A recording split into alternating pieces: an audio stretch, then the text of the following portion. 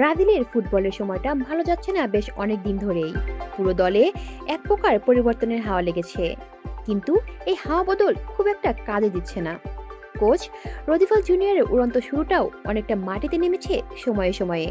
চলতি বছর মহাদেশীয় আসরে শেষ চারেও যেতে পারেনি ব্রাজিল, হারতে হয়েছিল উরুগুয়ের কাছে।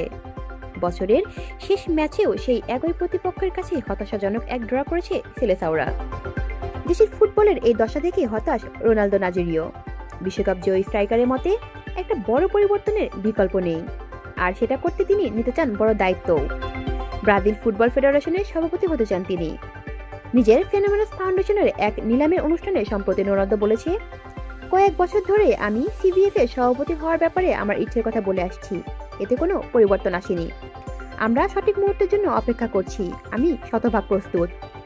ব্রাজিলিয়ান ফুটবলে একটা বড় পরিবর্তন দরকার।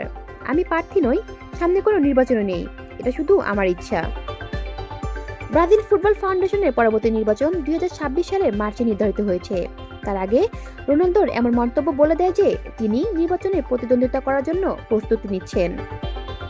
ব্রাজিলিয়ান গণমাধ্যম বলছে, যদি সিবিএফ এর সভাপতি হন রোনালদো, তাহলে তার প্রথম কাজ হবে কোচ বদল করা।